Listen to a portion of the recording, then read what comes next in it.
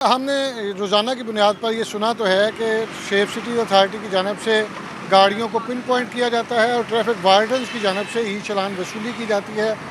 हमने 2 लाख 3 लाख वाली गाड़ियाँ भी यहाँ पर ई चलान वाली पकड़ी गई और मालकान से वो अदायगियाँ करवाई गई, लेकिन एक शहरी जो ट्रैफिक पुलिस की जानिब से पकड़ा गया उसके ज़िम्मे 20,88,000 के चलान हैं।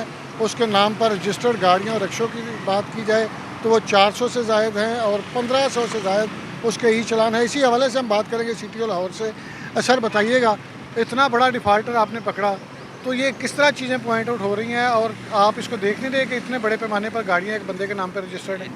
जी अली साहब, बहुत शुक्रिया। आपने जो बात की इसमें दो मैं इसके एस्पेक्ट्स में बात करना चाहूँगा। एक तो आपने बात की कि हम जो भी जिस बंदे को भी हम पकड़ते हैं किसी भी ट्रैफिक वायलेशन पे तो उसको 1 ऐप पे देखते हैं कि उसकी पेंडेंसी कितनी है, पर उनसे वो चालान भी हम पे कराते हैं। ये हमने रूटीन में एक ट्रैफिक वायलेशन पे बाज साहब को पकड़ा और जब देखा गया तो हमें पता चला कि उनके 1521 चालान है, जो कि पता चला कि शायद थोड़े 1526 हो गए हैं और जो डिफ़ॉल्ट अमाउंट है वो तकरीबन 20,80,000 के रुपये के करीब। उनको जब थाने लेके गया गया तो ये पता चला कि उनके नाम पे 400 से ज़्यादा जो हैं एक्साइज़ की, पंजाब एक्साइज़ की गाड़ियाँ और मोटरसाइकिलें रजिस्टर्ड हैं।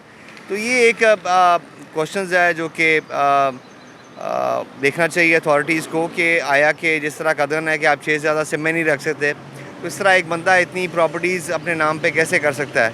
आया कि उसके जो दूसरे एसेट्स हैं उनके साथ ये मतलब आप रखते हैं कि नहीं रखते।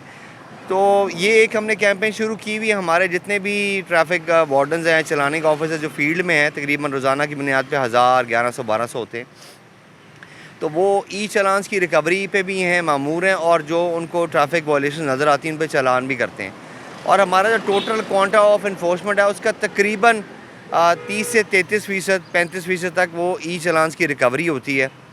और ये आपके पास मेरे पास जो अपडेट फिगर है तकरीबन 1 लाख डिफ़ॉल्टर गाड़ियाँ हैं लाहौर की सिर्फ पिछले साल की, जिनके चालान्स पेंडिंग हैं। तो हम फिर उसको चूँकि एक साथ 1 लाख गाड़ियों को तो नहीं पकड़ सकते, तो फिर हम उनको सबको ब्लैक लिस्ट कराते हैं और जो गाड़ी हमें एनपीआर कैमरे से हमें वो रेड अलर्ट बताते हैं हम उसको कर रहे थे। लेकिन जो गाड़ी भी हम रोकें हम उसका 1 ऐप पे उसका देखते हैं कि उनके कितने जो हैं पेंडिंग चलान है और फिर उसके बाद उनकी रिकवरी भी कराई जाती है। तो सर ये बताइएगा कि जो आपने बाज मोहम्मद की बाइक पकड़ी और इतनी गाड़ियाँ और इतने ई चलान उसके शो हुए, उसके ख़िलाफ़ क्या कार्रवाई की जा रही है? क्या जब तक ई चलान जमा नहीं करवाते, पहले तो ये था जी कि गाड़ियाँ कन्फिस्केट करेंगे और जब तक ई चलान नहीं जमा होंगे तब तक इसको नहीं छोड़ा जाएगा?